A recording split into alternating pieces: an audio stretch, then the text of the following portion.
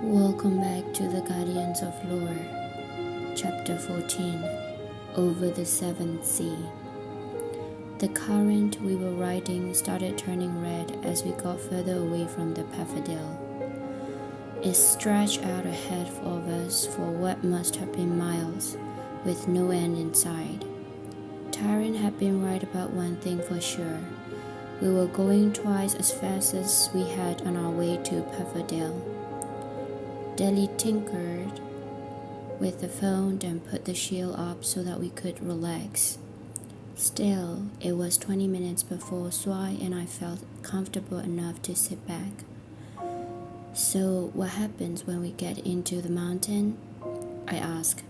Truthfully, I don't know much, said Delhi. After a few minutes, she spoke again. There are supposed to be 3 tests that you must pass before you can find the wells. What are they? I asked. I meant it when I said that I don't know much, she answered. The bed had completely settled into the current by then, and the ride was smooth. I saw land pass by to the north and south, or east or west. I had gotten turned around in the cloud, but mostly we flew over sea. Occasionally, we would see tiny islands below us, so I asked if we could fly down and stop at the first 3, but Delhi refused each time. Tyron's current won't last forever. He told us to stay on course, and that's what we're going to do, she told Swai. But there might be hidden treasure down there. Pirates love hiding treasure on islands like that, so I rebutted. I decided not to weigh in until the 3rd time. Swai, if we find the wells, defeat Reem, save the fairies, and make it out alive, I promise we can come back and explore an island. So I stopped asking. Any objection to that would mean that he doubted our return, and nobody wanted to do that. The few clouds that sparkled the sky formed and disappeared quickly, like puffs and smoke. We flew through.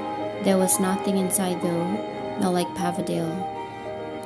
I was beginning to like clouds more and more until I spotted a dark one. At first, it was just a black spot in the distance. We sat in awe as it grew larger and larger ahead of us. Closer up, I could tell that it was actually dark gray. There was flashing all over it like a lightning storm was raging inside. Eventually, it was almost all that we could see. I got a queasy feeling in my stomach when I recognized the shape it had taken. A ferocious ocean wave. It was a cloud filled with Ryle. Delhi, I asked, can we get off the current now? Delhi jumped to the controls and began pushing buttons. I didn't notice anything change. She started pushing them more frantically. Nothing happened. I tried grabbing the wheel, but it was glued to the bed and wouldn't budge. What's going on, Delhi? So I screamed as the wall of darkness loomed. It must have been the largest storm cloud I ever seen. I don't know, Delhi yelled back. The cloud is pulling us in. What can we do? I cried. But I'd never heard an answer. The dark cloud swallowed us whole.